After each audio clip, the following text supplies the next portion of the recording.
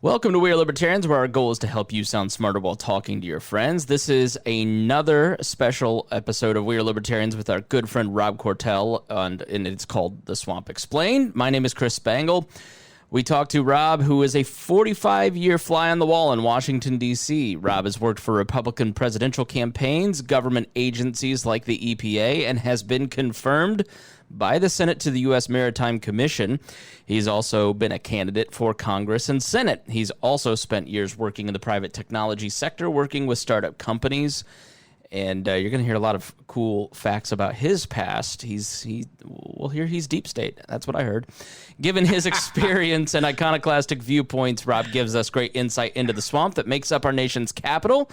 And, how can you change something you don't understand? And that's the goal of this show, is to talk about Washington and its power structure and how it exists now and what does it look like. And so we're going to talk about some of the presidential polling, the post-Trump jockeying, the rise of the virus in Portland. So stay tuned with us. Rob, how have things been? I see you're back on the island. Now, have you gone to D.C. through the quarantine at all? Do you have to leave for meetings, or are you just hunkering down? So I have actually been here pretty constantly since March 16th, which was my last, long-term trip. Although I took a 2-day trip to Washington about 5 weeks ago. I had a doctor's appointment, a couple things, and I will say, D.C. was totally empty. I drove up 18th Street, which is right in the heart of town, and up to the doctor and this and that, and I couldn't have seen 10 cars in 12 blocks from the down near the Lincoln Memorial and all the way up to the Jefferson Memorial and all the way up. So, but I must say, when you mention the deep state, am I deep state? There are days when I am so thankful for the deep state. And then there are days when I know exactly what Trump and all of them are talking about. And in fact, some of my friends and I had an argument about that last night. I have two friends who are very involved in education in DC, down for the weekend. They're very careful, obviously. And my wife is likewise very involved, heads a charter school, chairs a charter school network and stuff like that. So we hear a lot about education and talk about a pain and problem. Maybe we should add to that to our list. Let's start there, because I'm interested in the conversation. What was the conversation that you guys were having without betraying confidences? Well, without doing any of that, I think one of the interesting things is what we hear a lot right now. It's kind of the battle between the teachers' unions and Trump and parents and teachers, independent of the unions. And I think what we all hear from the anti-Trumpers is, he should follow the science. He should follow the science. And by the way, this is part of that conversation from last night, which is, and by that they mean the science on the disease. Right. And we know that kids under 10 are less likely to be harmed by it and less likely to be carriers. But as soon as they hit that number, then they start going the other direction. But what's left out in a lot of the conversations, and this was part of the conversation last night, was the other science, which is the science of learning. And what people like the folks who are down right now, and my wife and others involved in education, know is young kids must go to school and have a teacher. They don't need it, 5 days a week, 8 hours a day, all that, but they really need a teacher and a nurturer in that early period, K through maybe third grade, something like that. And don't count me as the expert. I'm reflecting. No, I've thought a lot about that, because if you've read Malcolm Gladwell's book Outliers, he talks about the difference. One of the major contributors to why low-income children are more disadvantaged than middle-class or upper-class children is that through the summertime, the middle-class and upper-class parents take them to museums, or there is a culture of learning in the home, whereas in lower-income families, they don't have the luxury of going to a museum. And that's right. And you're going to start seeing some of those disparities, Chris. Yeah, that 2-month period really disrupts it. So But here's what's happening. So parents who can afford it are now forming pods. Yeah. If their school system is shut down, they're forming pods, groups of 5 or 6 people. We all of us are doing some version of that. We have 3 couples who live nearby, who don't travel around, who are close, who enjoy. That's kind of our pod of 8 people. We're all very careful, and but parents are doing that in their neighborhood, and parents are starting to hire teachers out of the school system. Now, it's not going to be the lower income parents who get to do that. It's going to be the middle and upper income parents who get to do that.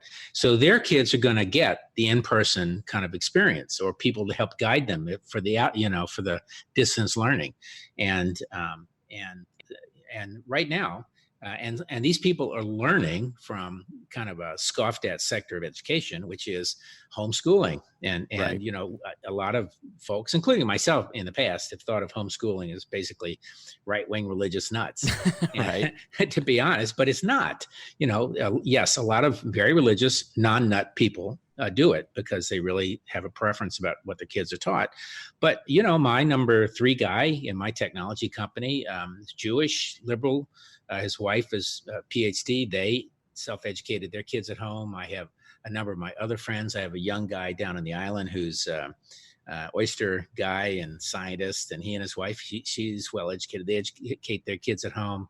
And these kids have very full curricula and everything else, and they get a lot of it online. And now there's a whole theory and practice of how to teach at home. So learning at home and just not in the traditional schools is in a kind of a heyday. And I personally think that's going to jump up. But one of the problems right now, and this part of the conversation, is the school systems don't adjust to that. It's black or white. They got to be in class or not. And the district is kind of a little schizophrenic about it. And then you have the charter schools, which are public education, public schools, but they are not under the same management umbrella. So they get to do their own rules. So the mayor can say nobody gets to go to school, or only 1 out of 5, or you go on 3 days a week, or whatever. There are lots of permutations of this, but the charter schools really kind of go their own way. Then you got the parents, and a lot of parents are just scared to death. And lower income parents don't have a lot of options. Their kids have to take the bus. They are worried about exposure. The parents are frequently in critical worker jobs that are high exposure, low income. And we already know those communities of color are very, in particular, are very susceptible to being exposed. And this is all about exposure more than anything else. Yeah. And so they're reluctant to send their kids. And there's been polling done in a lot of cities on this whole thing. And the upper income tend to want their kids to go back, and the lower income tend to not, because they're worried. And that's interesting, because I would think the financial pressure on lower income families would be a lot harder, because they don't have as much luxury in terms of, staying home or watching, or having someone watch their kids or something along those lines. Absolutely. A lot of this is counterintuitive. And technology, too. I mean, technology factors into it. IPS couldn't go online schooling in the spring because the majority of the people that go to the Indianapolis public school system could not afford an iPad or a computer. And the district didn't have the money to fund that. So a lot of nonprofits over the summer have raised money to help supplement those needs, knowing the inevitable of all of us not leaving our house from September to March. Completely. And of course, every kid and every family and every system is different. And people are going to make their own judgments. I mean, one of the interesting sidebar conversations last night was over presidents. So there was a big, to do. Jimmy Carter sent his daughter to a public school in downtown Washington. And she, by all lights, has done just fine.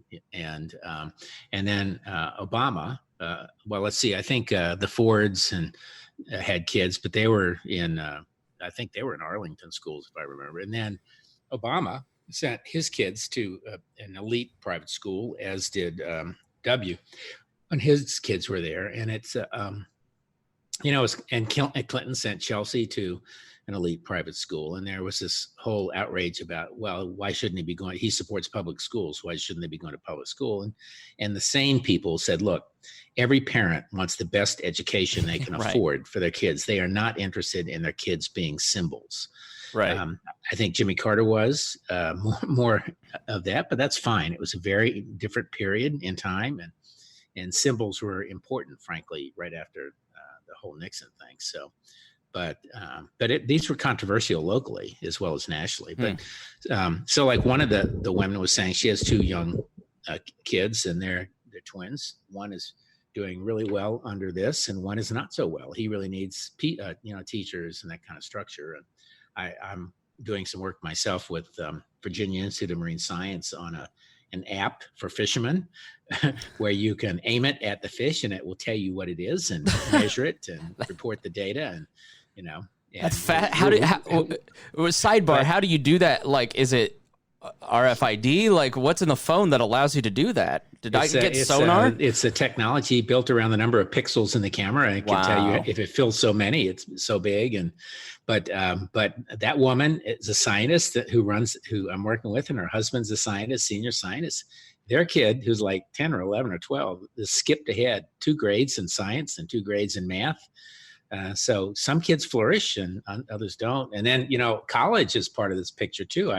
I mentor a kid, a young guy from Rice, where I went as an undergrad, and I called him up and said, well, how are you doing and how the class is going? So, mostly it's okay. It's not so good in every respect. So, but like he said, my physics class, I have a hard time when I'm there understanding the professor. Sort of Chinese speak. I just can't understand him half the time. Too fast, this little language barrier. And he said, so now I get my choice of professors, and I get to watch the lecture again and again if I don't get it the first time. So again, every kid's different. Every situation is different. And that's the other thing. I think the criticism of Trump is that they don't have a big national plan. Well, yeah, they do. I mean, the plan was CDC to offer some guidelines, but in the end, the states are going to have to decide. That's a plan. It's every school system, and that's the way that there's a plan. Exactly right. I mean, I don't know why we're all looking to centralized leadership, but it goes back to Hayek's knowledge problem. There is not one person who can plan this effectively because the task is too big, and so you have to disperse that throughout the market. And allow me to go even further, libertarian. Like, if you're cynical about the future of liberty, we've just watched government schools be destroyed by the government in about 6 months, and now the only way to really salvage education for the next generation is through innovation in the marketplace. And so that's why you have to the teachers unions are, as every power does when they're losing its grip, are trying to clamp down on local politicians and grab power. But this is an amazing time for innovation. My girlfriend was homeschooled. She is now an online teacher for Chinese kids who want to learn English. She teaches overnight. She does that. She also teaches at a Christian school here locally in a classroom. Well, so I've watched kind of the last few months, and I'm going, you're better suited than ever because your skill set, now that you have this body of work that you can transition. And she's been telling me a lot about how everybody's trying to move online or move to the pods or move to innovative solutions because they have to. And it's never going to go back. Like, once you, and this is what the unions know, is once you fundamentally disrupt an industry, it never goes back. And the internet age has disrupted every major industry except education and government. And one down, one down, one to go. And I think that what 2020 has done is, in a lot of ways, validated a lot of the natural rights, small government arguments, in that your localized control is incredibly important. There is a problem with the state's relationship to its citizens, especially in minority communities. Education is too centralized, and it needs to be handed back to local schools. Like, the best way for us to get through a lot of this is to really return to local control and give power back to parents. And when Trump says the money should follow the student, if you're the public school systems in Indiana, and I assume it's maybe it's this way everywhere, the first 2 weeks, the amount of kids that show up to your public school is the amount of funding you get for the rest of the year. And so they literally have vans going out and picking up truant students. They have kidnapping vans in the IPS school system to get people to go to school. And that money, so you have a real challenge here, because what you're going to have is the public schools almost become ghettoized, in that as people in higher tax brackets can start to homeschool or do online learning, the funding for the public schools is going to get worse. And so innovation has to be a part of it. Deregulation has to be a part of it to avoid that happening. Otherwise it's a very real consequence. I'm going to push you back slightly and politely and try to do that more neutrally. So, I understand what you're saying, but when you say government schools, for example, I went to public school. I never thought of it as a government school. It was not governed by the government. It was governed by a statewide set of standards and all that. And then each county had its own, and they all can interpret it. So school systems have for a long time been the biggest example of local self-government, because while states have standards and the feds do research and provide it to them, the federal government doesn't really mandate as much as everybody thinks they do, nor could they. And number two, this is why I think this notion of federalism that the founders had was so crucial. I don't think they thought of it as localism. I think they thought of it as, at a high level of self-governance. But by the same token, when you think about this from the standpoint of governing models, neutrally, non-politically, it still makes sense. How can the alternative is China, where you have the government collecting data on everybody and everything and telling you because they fear that they're going to change the government. Well, here we may not like our government, and some people may fear changing the government, but we happily go along and vote every 2 and 4 years. We're on a podcast criticizing the government. I mean, I say that all the time. Absolutely. We are a free country still, yes. Yeah, and it's just very difficult. I think rationally it would be very difficult, but the politics has become so awful. I mean, the unions so clearly. Whenever I see Randy Weingarten, head of one of the biggest unions, talking about the science, I know she's not talking about the science of education. She's talking about the science of COVID and about teachers, not about how to solve the problem for teachers. Right. All money, all Washington. It's not that. It's again, people looking, we've got a lot of, like in this county, we have 8,100 people. We have 1,000 students pre-K through 12. We have had a total of 10 cases, of which 4, I will admit, are in the last 2 weeks, in 5 months. And people around here don't wear the masks like they should. And I will tell you a story, by the way, where we dodged a bullet on that here, which I've been saying locally. It will only take one person to wipe out the whole county. But so this county, what they did, small county in Virginia, the average age is over 65. It's considered, I think the average income is in the 40s, low 40s, which puts it above poverty and out of the reach of certain programs. But that's mainly because 10% of us skew the income numbers to 90%, and a lot of retirees. And they bought 700 Chromebooks for their students with some of their money. That was COVID money. That was great. They have put up only about 30% of the kids can only get the internet and high speed on either a cell phone or on broadband at home, and 30% can't. So they've set up buses that travel around and park for a while. Students bring them out, kind of download their lessons, go home, work on it, and go back, or they can stay there. And they put up, and I told you I'm on broadband committee here, so we're doing a lot of interesting things. But people are doing workarounds that work for them. And some will succeed and some will fail abysmally. And I think this debate it's ludicrous that it's become so polarized. But, the one side is Trump has no plans, which is not true.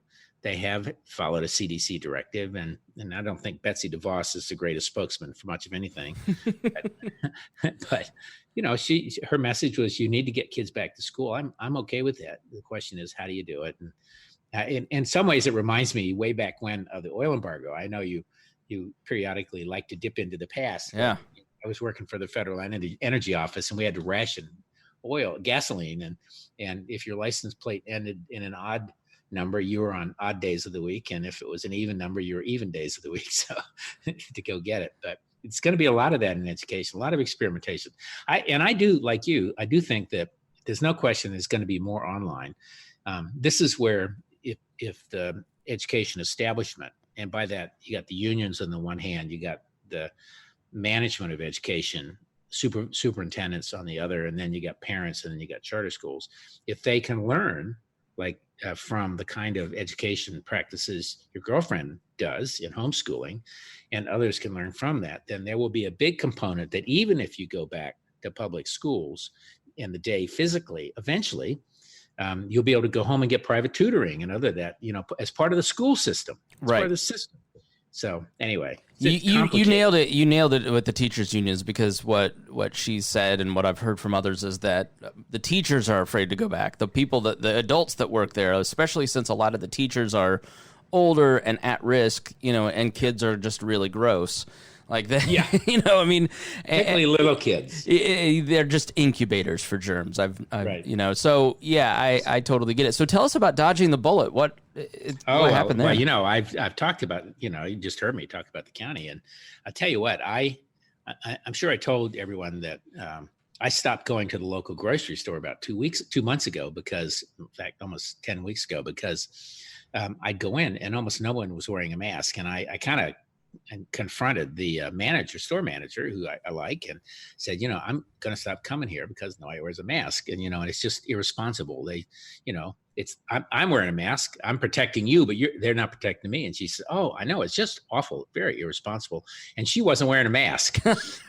and the irony and I stopped going. I drive an hour and 10 minutes, as I was saying, down to the Whole Foods and Newport News, where everybody's been doing it. And I go to Walmart. They've been doing good social distancing practices and the masks. And, but again, people's attitude is, we're not going to get it here in Matthews because, nobody comes and goes. Well, about, probably half the population's retired and they don't travel much. And then, but the young people, it's a small percentage, but half of them go down to Newport News to the shipyard, which has its own outbreak. And all those areas are really problematic. I mean, among the areas in Virginia that have the highest numbers, it's kind of where I go for my groceries. Right. But where they're careful. And, but anyway, so, my daughter and her husband and my granddaughter, 3-year-old, live in Dallas. And they came out for the week before the 4th of July. They're very careful. He's with a big healthcare company, and she's been remote. They've been remote the whole time. And my brother, who lives in Florida, has a place in North Florida, Crystal River. He's been very careful. He has an underlying minor condition, and for which he takes Coumadin, or not that, but some equivalent blood thinner. And he was going to come up, and then he all of a sudden decided not to do it. And he's kind of a little bit of a libertarian too, and he didn't want to get stuck in Virginia. He said, he didn't want to come up and have to self-isolate. The police state of Virginia. Had 1 week of vacation, so he canceled. Well, I hadn't talked to him for like 4 weeks. Called him up, Zoomed with him the other day, and turns out 3 or 4 days, 5 days into when he would have been here, he developed a massive headache. He said never had headaches. The next day, 104 temperature. The next day, breathing issues, and he clearly had it.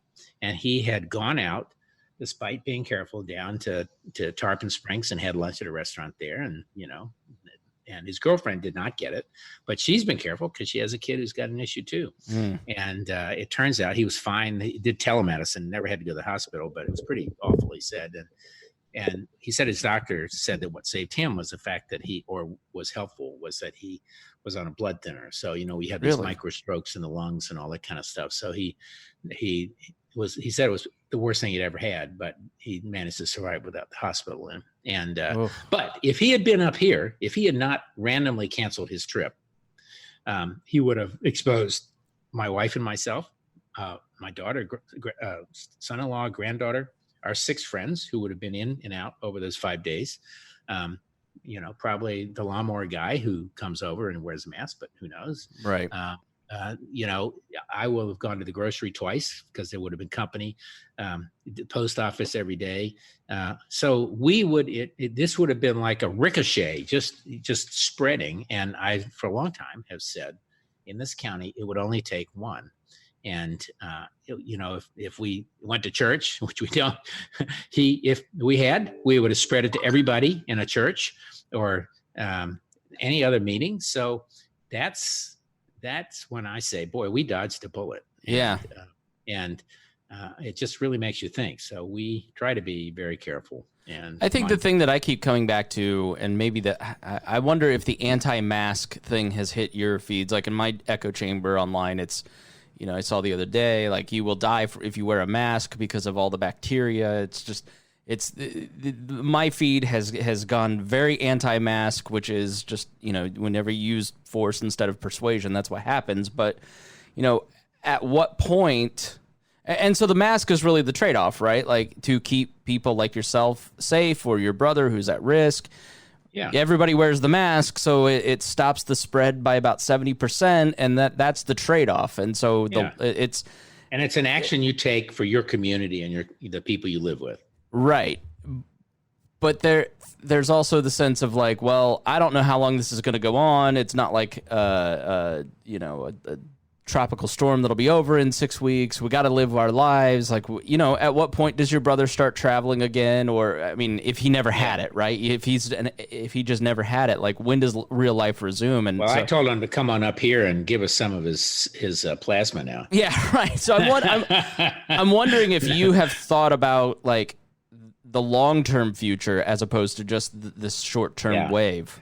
Well, I think my personal opinion is we probably could learn something from Asia here. The Japanese and the Chinese and Asian societies, which are much more densely packed than ours, have for 100 years worn. They began wearing them regularly during the flu in 1916, 18, when it was spreading worldwide. And so they're kind of used to it. And I must say, I think there is, I suspect that the other viral diseases will decline over this period as people use masks. It won't just be COVID. So that'll be an interesting thing to see a little bit later.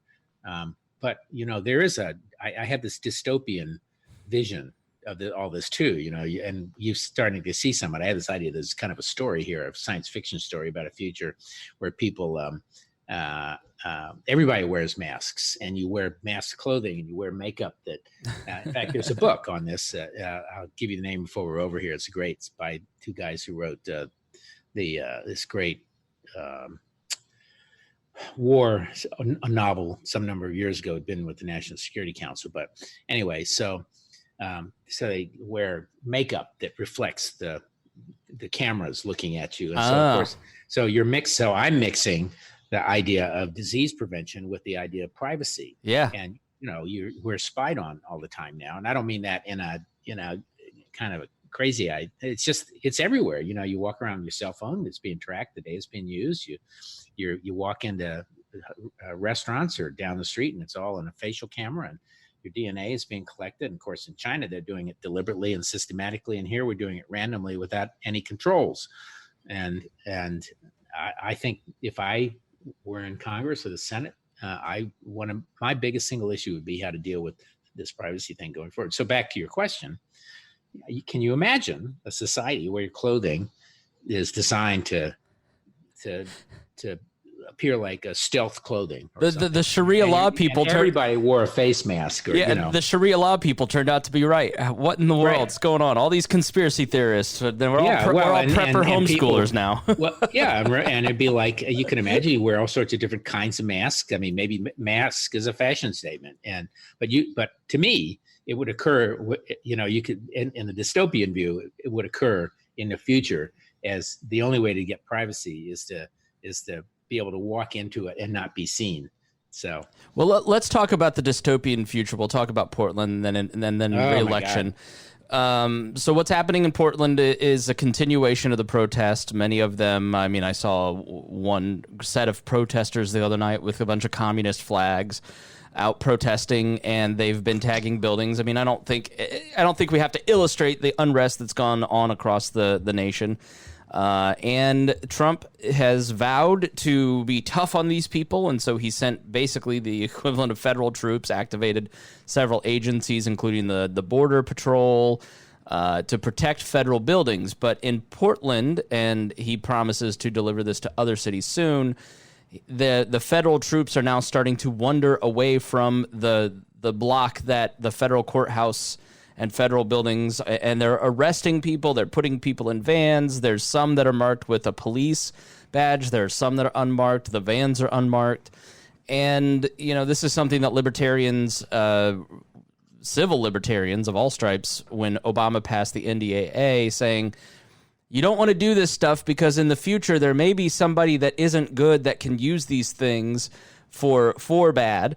And what you essentially have is Donald Trump, in my opinion, using these federal troops and these images for campaign commercials. He's not really quelling the violence. If anything, they're inflaming the unrest. You're getting bigger protests coming out. Yeah.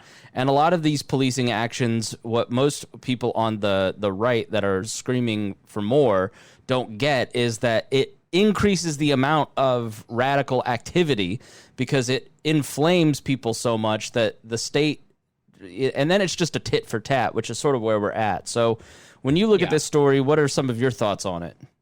Well, you're touching on a whole lot of different things. There's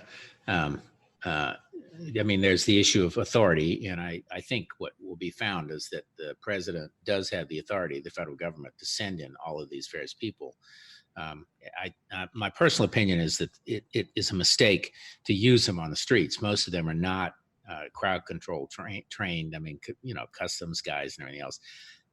So that's that's one strand. The other is we're now a lot of white people, who are experiencing what undocumented immigrants are seeing, which is somebody snatches them off the street, which is a new kind of thing. So maybe there's some good in that for them to see it. But the third thing, though, is it really does bring me back. This is the swamp. It's how do things get where they are, right? So I do think that one of the big issues goes back to the Department of Homeland Security and its creation and 9/11, and folks don't remember all of the circumstances probably that led up to it. But at the time, customs wasn't one place, immigration somewhere else, and nuclear authorities were somewhere, and there were all these agencies scattered all over the place. And the Democrats had the idea initially of putting into a Homeland Security Agency, and they didn't call it that. I mean, the name itself is dystopian in my mind. I have always hated that name. It's one. There's just something. I don't know, communist, socialist, whatever the hell you want to call it, about using the term homeland. The only people who use that term historically are people who are kind of out of that Orwellian culture, yeah. Right. And so the Democrats started, and then the Bush administration, second Bush, W, 43, basically realized they had to grab control of the narrative, and they opposed it initially, and then they endorsed it, and then they put it all together. And I had a small part in some of that, which was my company at that time. I had sounded the alarm on container security, which I think we talked about before. I had realized in the middle of the night that you could take an ocean shipping container, of which there are 40 million that come and go, and put a nuke in it, or chemical weapons, or maybe some kind of bio weapon or something like that. And no one would even know, or they would not have 20 years ago.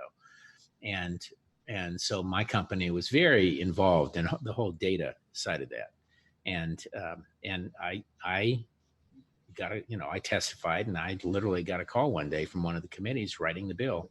So what should be in the data part of this? What should the government be able to collect? And I helped write. I wrote language, which basically ended up in the bill and in the department, which gives them, in the end, an absolute authority, federal authority, to collect any data they want that they need for the purposes of Homeland Security.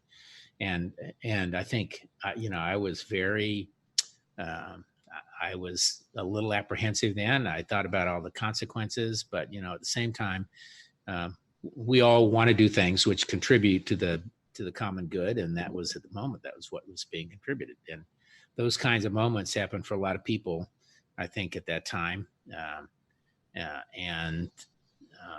think the data aspect is the scariest part.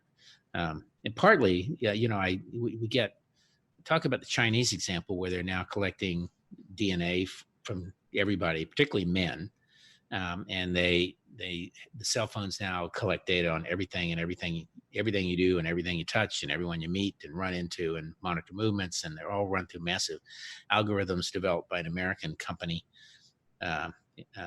and using a lot of American technology to do all of this collection. And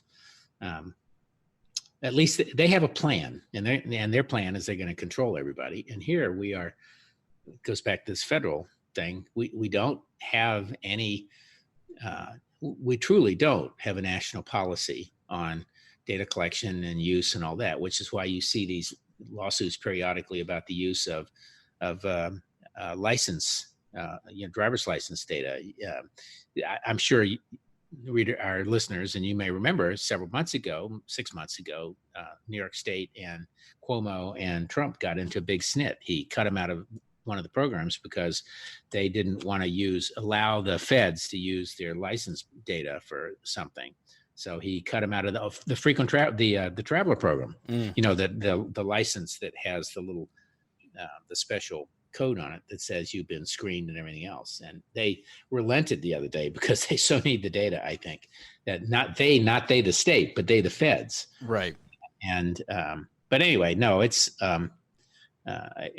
I think Portland is problematic for all sorts of reasons, and you're right, Chris. They are really ramping it up and making it worse. And for a lot of us, whether you're libertarian or civil liberties guy or conservative or liberal, a lot of people are really perturbed by this, as they well should be. And part of it's not deeply discussed.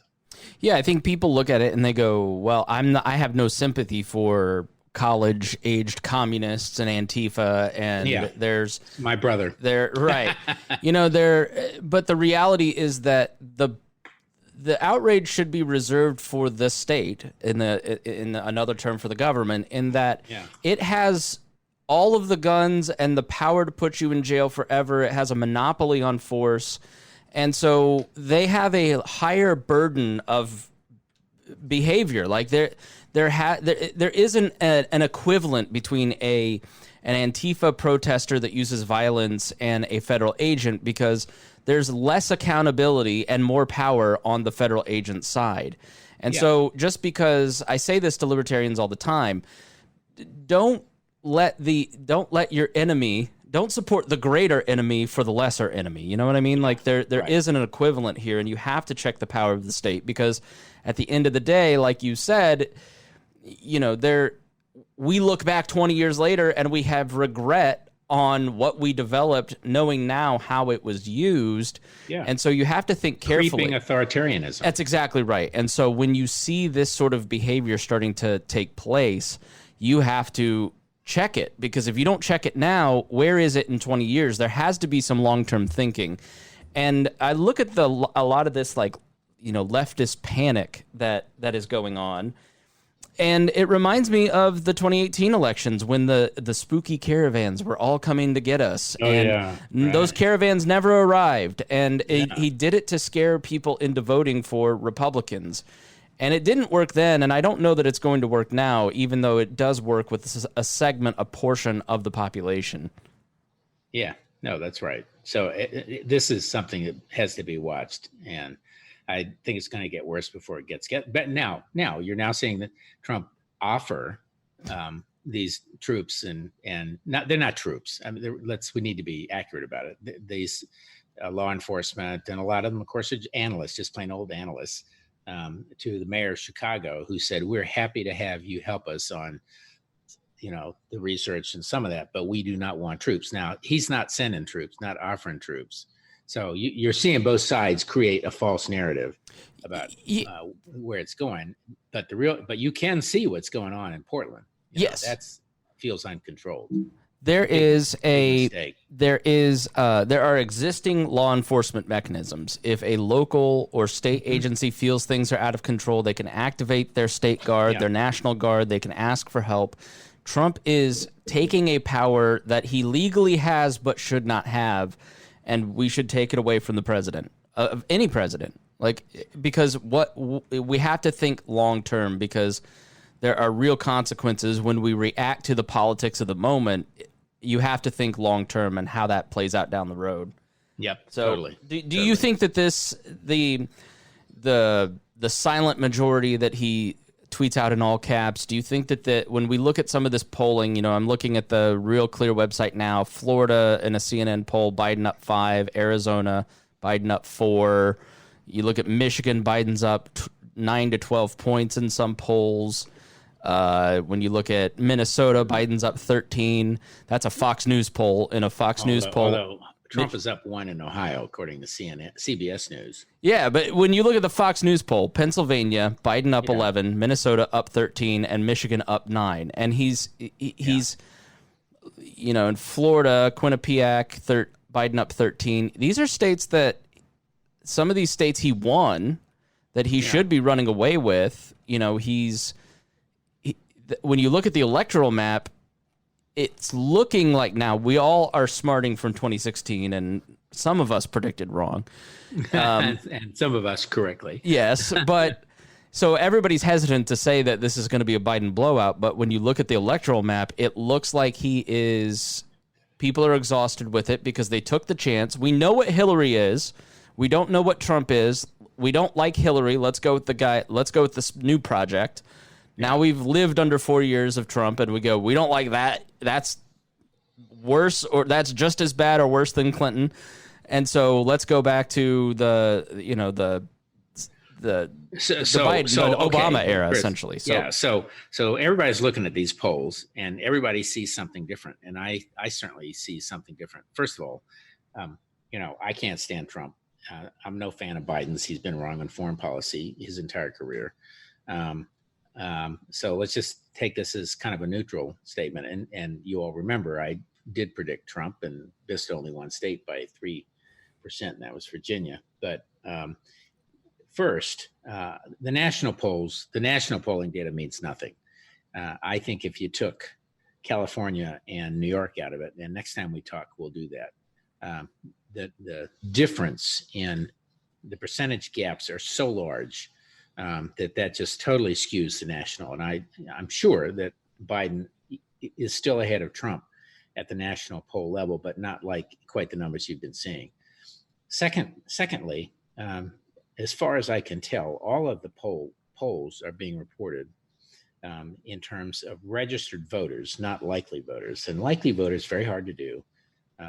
And again, they're also taking relatively small samples, so you have more error, and even when they publish it.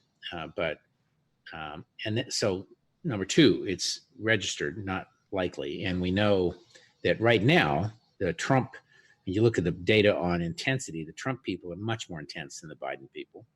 So they are more likely to turn out in larger numbers. Third, when you look at them, there are still large numbers in most polls who are calling themselves undecided. So Florida, not so much, it's 51-46, but and Florida, and this is where the campaigns I know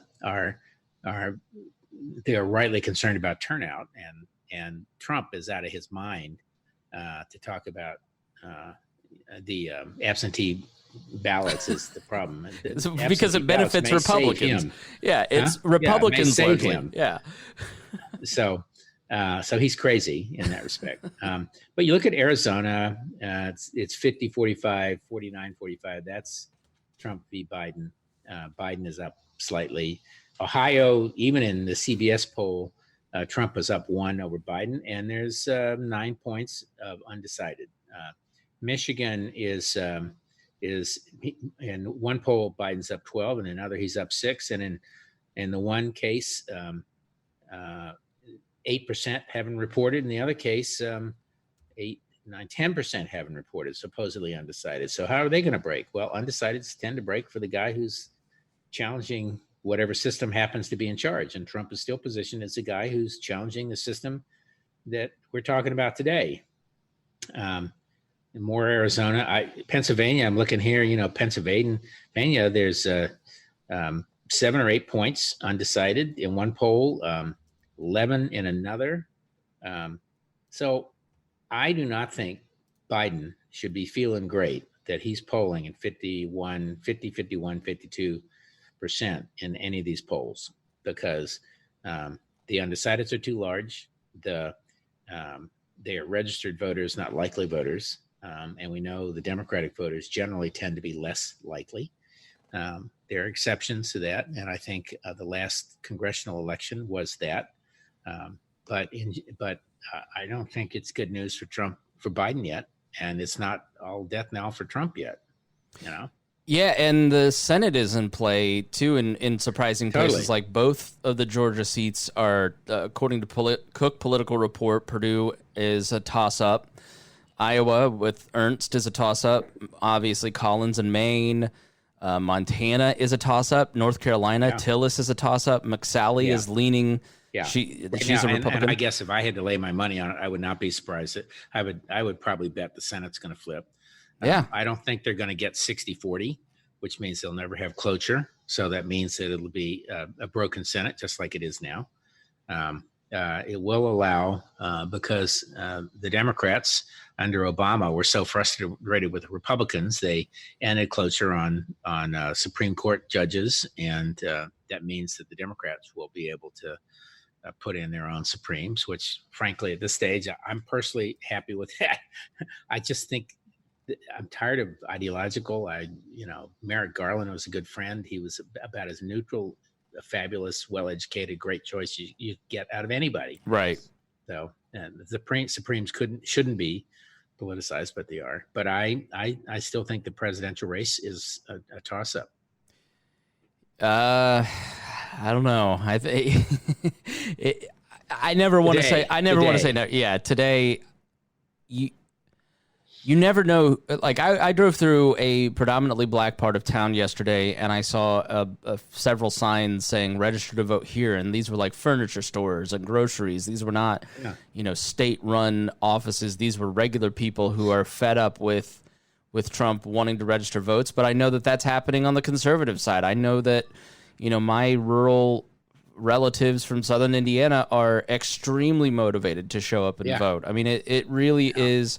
It's hard to predict because that people who talk to pollsters who are on the right know that the polls are going to be used to hurt Trump. So they say the opposite of what they believe because they're trolling them. They don't like the press. They don't like the pollsters. They want it to be wrong. They want it to be a surprise. But I think that Trump and his team are overplaying that secret Trump vote.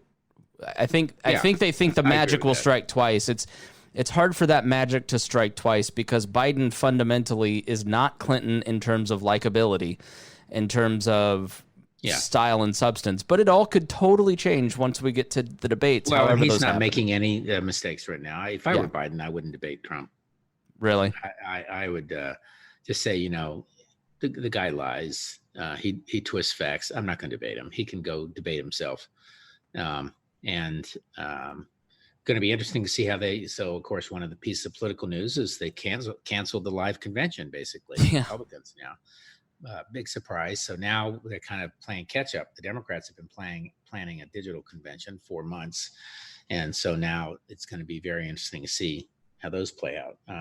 We're less than 100 days to the election now, and we are less than 20 days, I think, is it 20? It's maybe 60 days out. So we're about, we're, I think, 40 days out of, it's 90 days. Is one of the states can do mail-in ballots. So we're starting register for mail-in ballots. So we're starting that election process in probably a week, 10 days. And I would not be surprised if we see a new form of poll, Chris. Pollers calling for people who've cast their ballot remotely. And have you voted already? And for whom did you vote? So that's going to be a very interesting set of numbers. Yeah, those exit polls are always super fascinating to dig into. And for the wasted vote people, when you dig into them, the under 40 libertarian vote is always 10 to 15%. Over 40 who makes up the majority of voters currently. But when you look at the future, it's very libertarian leaning. And so it's, despite all your young red hat wearing friends. So we only have about 10 minutes left, but let's talk about some of the post-Trump jockeying, because Larry Hogan, just north of you, for instance, is constantly out there. You see Tom Cotton and Hawley trying to carve out the post-Trump era wing of the authoritarian right, and then you have, you know, the Rand Pauls, kind of, and the Ben Sasses in some respects, trying to anchor the more natural rights order, libertarian-leaning right. You've got Larry Hogan out there who's on TV. You can always tell who wants to run for president in the future because they're on the Sunday shows all the time, and it's been Whitmer and Larry Hogan, like, through the pandemic left and right. We have a little bit of that pre-auditioning on the Republican side, and we have a lot of auditioning for the vice presidential seat on the Democratic side. There are at least 4 or 5 women today who are on the short list, black women who were on there. And I will say not one of them impressed me so much as Tammy Duckworth. And I think if he, I've said it before, say it again, if Biden had any sense, he'd drop his commitment to a woman. I'd love to see a woman on the top of the ticket and the bottom of the ticket and all that. But Andrew Cuomo right now is doing the best job of showing how people can lead.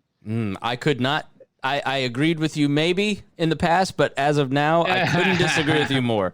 I did. I told you one of our friends was displaying a Cuomo Fauci 2020 T-shirt. Yeah. Like the revelation of so long story short, the nursing homes. Oh yeah, in New York. That's a mess. That's the. I mean, it's inexcusable. Florida's the same thing. Yeah. Yeah. So, but in any case, but there were a number of women on today for that. And Larry Hogan was on today, and I like Hogan. I think, yes, he is jockeying. He decided not to run this time, which is probably intelligent.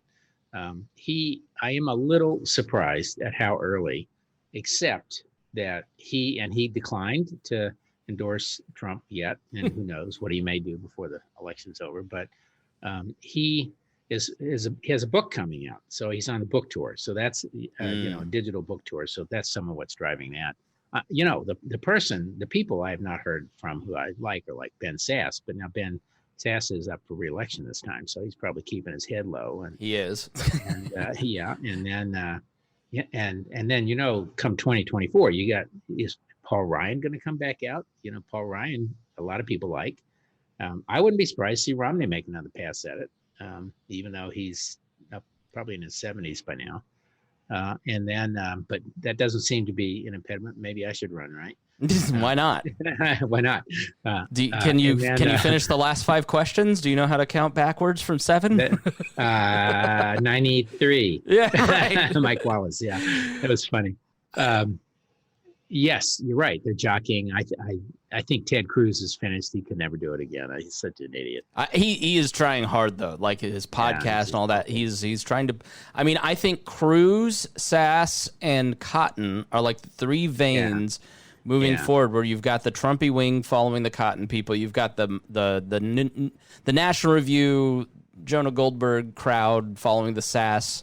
Mm-hmm. And then you've got the Cruz kind of crowd that's, we're anti-communist but libertarian.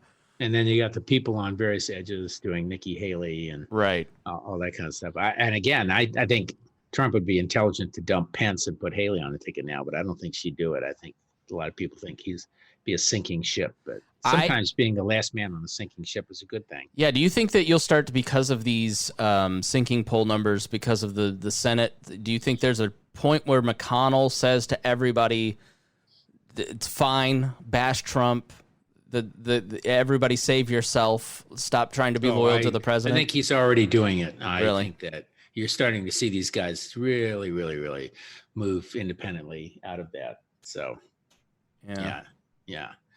So you are seeing the jockeying.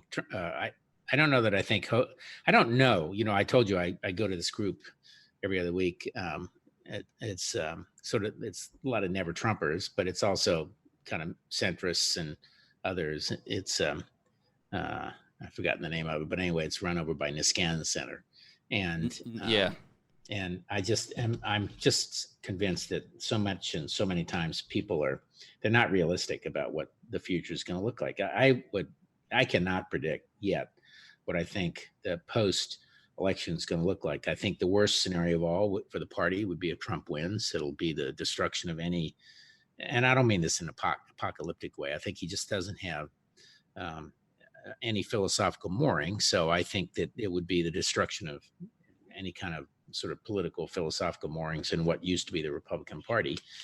They're pretty far gone already. But it'll be something new, and it'll be the new, whatever the new Republicans, and maybe we're the old Republicans. David Bose posted the Never Trump issue from National Review, and you look at the names, and it's literally David Bose and like one other guy are the only ones left. Everybody else on that cover that was Never Trump are radically pro-Trump. They've shifted so much, and it's so much about maintaining power that they've forgotten philosophical leanings. And I think that you're right. Any kind of philosophical libertarian streak that Reagan introduced and tried to preserve and popularize through the party will be gone if Trump wins re-election. Obviously, the worst result is if it's extremely close and Trump loses, because then you've broken the legitimacy of the presidency and the transfer of power totally. Well, and I do think that I think that one of my friends who's very heavily involved on the left, he's not a leftist, he's just involved on that end of the spectrum with the election.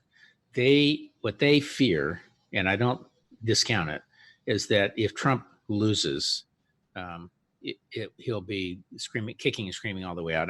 I'm frankly less fearful of that, but what they are worried about is the lag on the results because of the mail-in ballots and all the rest of that. And, those can go for a week, 2 weeks, 3 weeks. And the damage that could be wrought in that time frame by a Trump to the public psyche and acceptance of whomever wins would be 10 times what happened over the Gore-Bush deal. Yeah. So no, we're in agreement there. That is what they fear the most. Well, we only have a couple minutes left, so to give us maybe a show or a movie or a recipe or something, what's from. Well, right now I'm watching. We're watching it's so funny when we do Zooms. Everybody compares their Netflix. We all now, even the old people, go home and Netflix and chill. I don't know how much chilling there is, but a lot of Netflix. But so we've been watching the Medicis, and that's at first it was sort of skeptical. You want these TV things, but it turns out to be reasonably accurate and great characters, and so friends are all recommending this or that. I continue to recommend Babylon Berlin as our favorite of the last several years in terms of content and character development and productions, all of which are interesting. And it's a very interesting period of time, which is the Democratic Republic in Germany between the two wars, and with the communists and the Nazis and the royalists and all of them running around.